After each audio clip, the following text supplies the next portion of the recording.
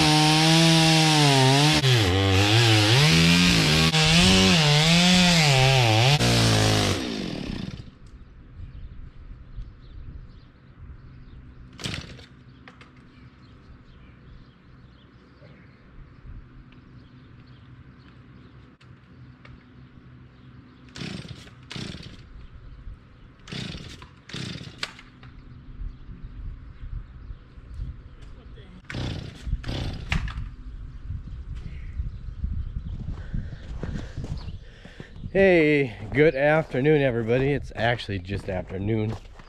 Yeah, anyways, today is January 29th? I think it's the 29th today. I don't know, today's all blending in. Yep, the 29th. Yeah, so anyways, today we have, I guess the trucker called up this morning kind of out of the blue. Well, not really out of the blue, kind of, but he said we're gonna get some soybeans loaded off here today. So anyways, I was trying to saw that tree down because I don't know if it's going to be in the way for sure or not, but it could be. I didn't want to take any chances, and of course the chainsaw just quit running all of a sudden. I don't know what it is. It's just it's getting spark and everything. I don't know what's really wrong with it. It's not getting gas or something, but it's just kind of being weird. So I don't know. We might just try and see here if we can push it over. If we can't, we'll just leave it. And I don't know, maybe I got enough cut out of it that it will go over. If we just push on it a little bit, raise the loader bucket up there and push it over, it might go. But yeah, I was hoping to catch a spectacular shot of the tree going over and say timber. Didn't work. But anyways, my brother, he's switching. We got to get the auger over there by the grain bin over there that we were loading corn out, and we got to bring it over here and get it set up, so hopefully we can get the truck in here. But I think we're just gonna have to try to push that thing down with the loader. So anyways, that's one of the things we got going on here today. So yeah, one of the wonderful things, a lot of things going on. And actually we're running kind of late this morning because we got late last night. We haven't even milked the cows yet. We should be milking the cows, but all of a sudden, I wish the trucker, we would have had some insight from yesterday, so we could have got a little more preparedness yesterday for this. And sometimes that's the way it works. They call out of the blue, and so we just have to scramble and hurry up and get this done. And just too many things going on here lately. Too many.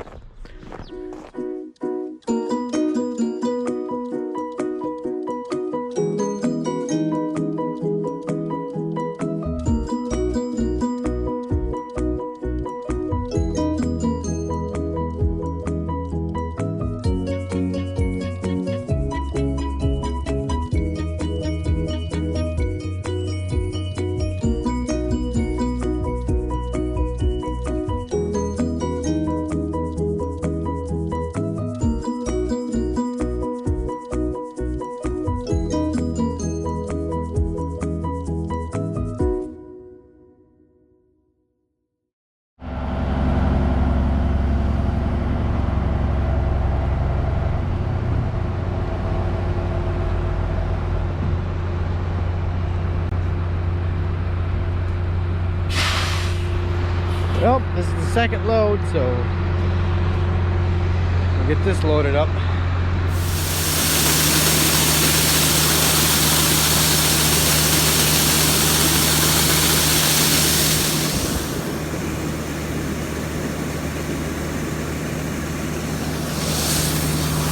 Well, we're getting the beans loaded up here.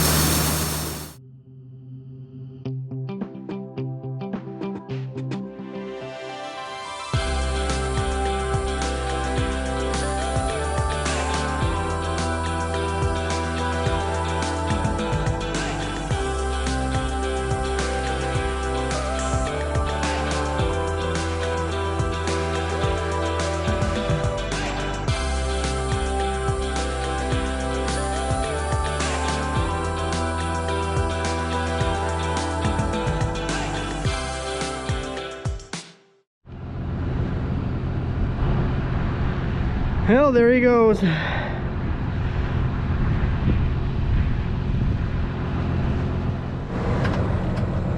Okay, just thought we got all done. Well, there's still some more stuff in the bin there yet. There's probably maybe 300 bushels or something left in there, so I would say we're gonna hopefully be able to split a load with another farm nearby, organic farmer. And so yeah, there'll only be 300 bushels. Whoa, I'm forgetting here or something. Oh yeah, I gotta get out of here. And of course, gotta be careful not to hit that tree that I couldn't saw down with the chainsaw that quit working. Gotta be careful not to push the propane tank out of the way. Hey, I just wish I could have sawed that stinking dinking tree down. I just want tempted to try that chainsaw again and just see if it works. I have to get that turkey of a tree down. I hate those box elder trees. They planted those things here years ago because they were a fast growing tree, and when they first homesteaded, you know, a lot of farms in the area, they planted box elder trees, and box elder trees just grow whichever way they can to get sunlight. You know, they're a fast growing tree, but they're not very strong. They got a hollow, a lot of them have a hollow trunk, so windstorms, they go down easy, and I just don't like them. You know, it's like you get all these diseases that wipe out these other trees, and like the ash, ash, whatever that ash bug is that killing all the ash trees. Why can't there be a bug that kills the box elder trees, like all the pest trees? Like right there, that's another box elder tree right there. It's a pest tree. You know, I don't get that. Or those Chinese elm trees, why isn't there a pest that kills them? All the good trees, you know, they're the ones that always die. Well, I better get this back in place over here in the other bin, so we can hopefully dry down another batch of corn here yet today. So okay, I guess we're probably not going to do a batch of corn today. My brother and I were talking about it. It's just going to get too late, so we're going to skip the corn tomorrow. We'll try to get another one loaded up. I just said we didn't know these soybean, we were going to be loading these soybean today. It was just kind of like the truckers told me that, you know, when they got here, it was like 2 hours ago that we just got notified. So they just basically got notified just this morning that they were going to haul these things. So it was a surprise for them. It was a surprise for us. So I mean, we kind of knew it could be this week, but we didn't know exactly. It would have been nice to at least have, you know, a day ahead of time notice. But anyways, I need to go back up in the silo because I don't know if I mentioned this last time. I can't remember. But when we got all done, usually when we get all done, we always, for the day using the silo, we raise it up and then turn it back on just for a little bit to clean all the silage out of the blower and everything. So that way it doesn't sit in there and corrode stuff and rust it out. And anyways, I went to go turn it on and nothing happened. So I'm thinking those contact points or whatever thing in there, they are, when we were up there, we filed them down, or he used some emery cloth, but I think the emery cloth he had was a little bit too rough. And I suppose they're not making good enough contact. It arced too many times and it's not making good enough contact. So I'm going to go up there, take the cover off. The guy has to come back again because he accidentally took some of my tools with him. And he's going to bring those back. And so I got some, this is some emery cloth and file those things down. I got to go up there and do it so we could use it again. He's going to come back, and I don't know if he's going to bring a new set along or whatever. So we'll see. We'll see what happens here. But I got to go up there and get that done so we could use it for feeding silage out of again. So, and we just don't want to get so late last night. Last night it just got so darn late because of dealing with that silo and the corn. And it's just been really hectic around here. We're kind of gotten thrown out of schedule just because of this corn and this thing. It's not something, we don't like it, but it's just the way it is. It's just sometimes it's the way the cookie crumbles. It's just, you have to deal with it the best you can, and that's that. Okay, I got the silo fixed, and it was a pretty easy fix. I had to go back up there last night when we got done loading the feeder wagon for the cows. I mean, before I got done loading the feeder wagon for the cows. After we very first started the loader, the silo loader up, somehow the spout and the unloader dropped down, so I had to go back up there. And anyways, when I got all done and I was coming back down, I guess I must have somehow bumped the cord with my foot and didn't realize it, so the cord kind of came unplugged partially, and that's why it wasn't working. So, or no, that's what I'm telling you all wrong. That's not what it was.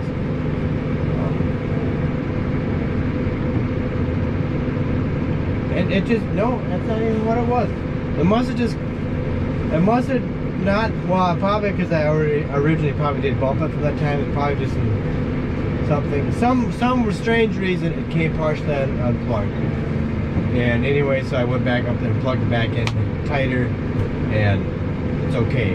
So it works. So I didn't have to do that other stuff. So it wasn't the contact or switch or whatever. It was just, yeah. It's good, so we can use it now.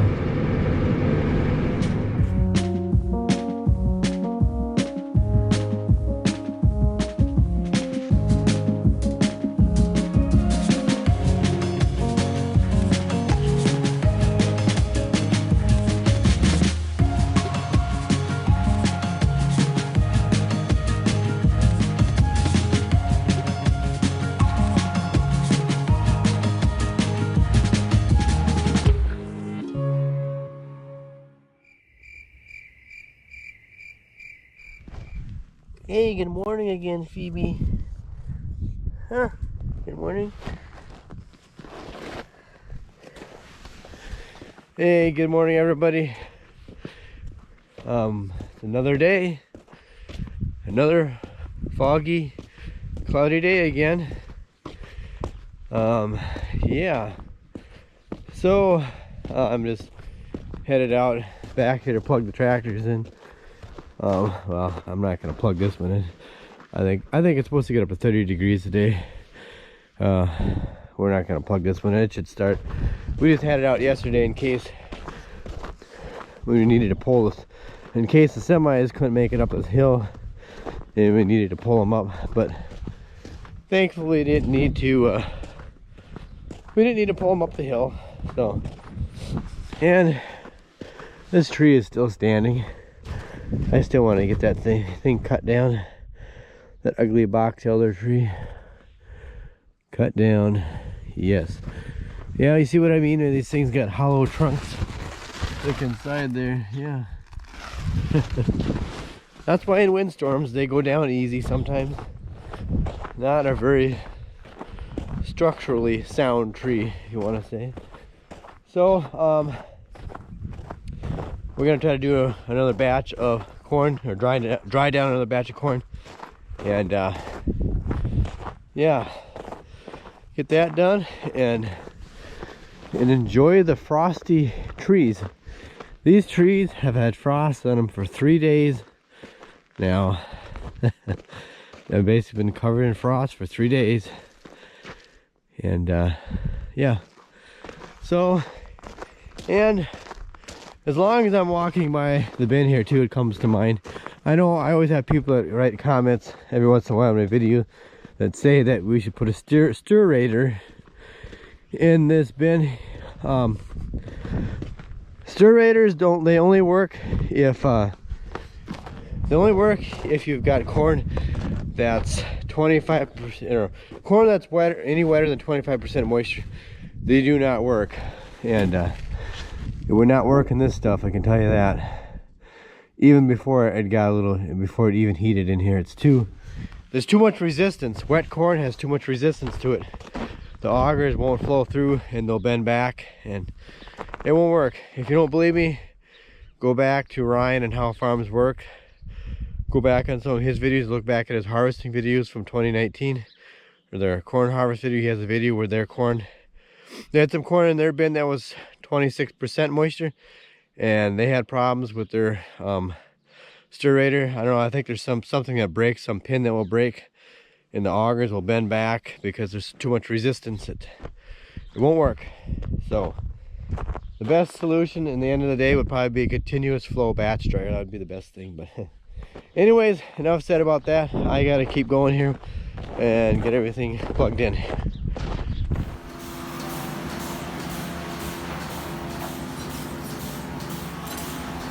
Hey guys, I forgot to tell you the other day, I think, what was it, Tuesday? We did have another cow that calved. She had an heifer calf, that one right there. So an empty stall, wasn't an empty stall for very long, so yeah, it was Tuesday morning. So yeah, just after we sold that one cow on Monday, she calved on Tuesday morning. So yeah, so that means we got a whole barn full of cows here, 48 cows that we're milking right now.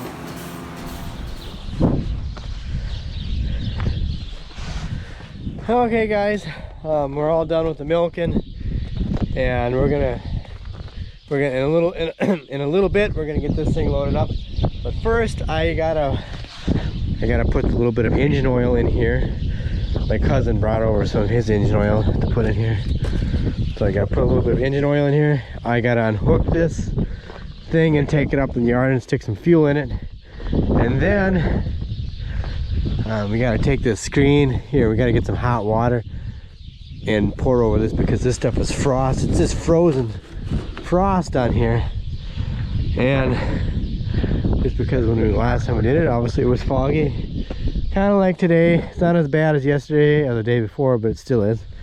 Look at this kind of neat thing right here, because when it was frosty out the other day, it was kind of, or some moisture was dripping down on here and was falling on here, and it formed that. So kind of interesting. So we're gonna get this thing going here again, and get another batch of corn dried down.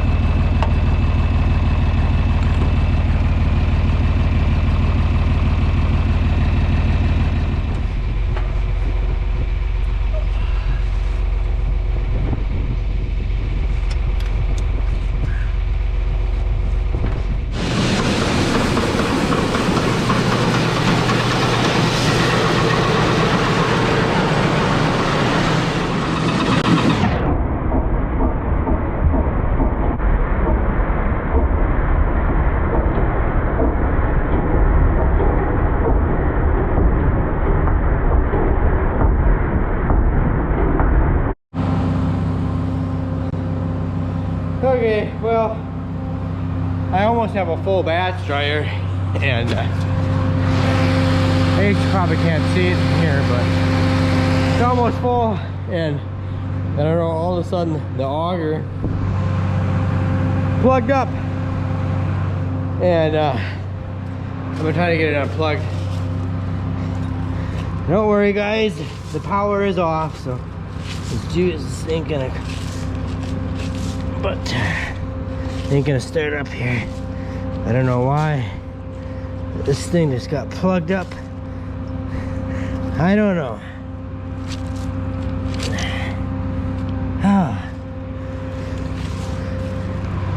When corn is wet, it doesn't like to go through an auger as good as it does when it's dry. When it's dry, it's very slippery. It has very little resistance. When it's wet, it just likes to stick together. And that's why I can say there's no way a stirrator would work in this wet of corn. It just would not work. Well, let's give it another try. I have to wait for the reset button. The motor got a little bit too warm there, so I've been trying it to get it, and the reset button kicked out on the motor, so I gotta reset it again and give it another try. Okay, back on. It's working. Whoops. I ran over some corn. Now you gotta scoop it up. That was my fault. Well, I thought my brother was up there leveling it out earlier, and he wasn't, and it ran over. So now I've got to clean up some corn, put it in the loader bucket, and somehow get it up there. I don't think the loader will raise up quite high enough to do it, so let's do it another way.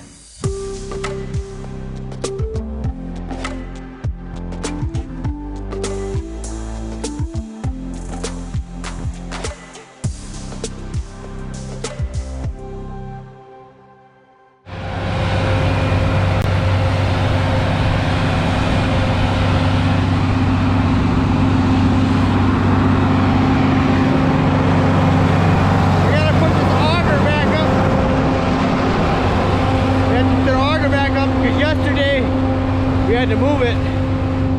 We just put our tractor, TD210, on there. Took my cousin's tractor out there because he's got something wrong with the bleed back line in his thing. And it just keeps shooting fuel out. So we just put our TD210, put the 540 PTO shaft on there. And it just backed up here, and yeah. Okay, we got the auger up, and the corn is drying. Hopefully 2.5 hours it will be dry. And I'm running away from my brother. He's coming at me, so I'm backing up in a hurry. Ooh. Oh man, it seems like the fog has gotten thicker again. Oh dang foggy weather. I hate about winter. Now I gotta get off and get going with the feeding chores.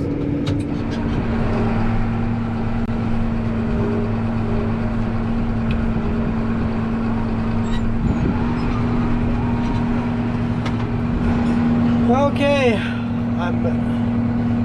I got down just a little bit ago, getting the feed away again, all loaded for the milk cows, and I thought I better come out here and check in the corn. It looks like the burner shut off again. Either why the burner shuts off is because that plenium sensor thing drops down in there, or there's a built-in safety feature in there too. There's an air tube that goes up in there, and it senses the fan or the airflow coming from the fan. Because if something were to happen, like the fan, like the belt were to break or whatever, then it would automatically shut the flame off, shut the gas off. And that's what it does. So otherwise it would stay going, and it wouldn't be good if it did. So I'm guessing probably that tube probably plugged up again, but I got the moisture test here, so I'm gonna go up and I'm gonna check the moisture in there and see what it's at. And if it's good enough, we'll just leave it off, and then maybe a little bit later here we'll unload the corn out of the batch dryer. So just 2 more batches to go and we'll be done. So I better go check the moisture.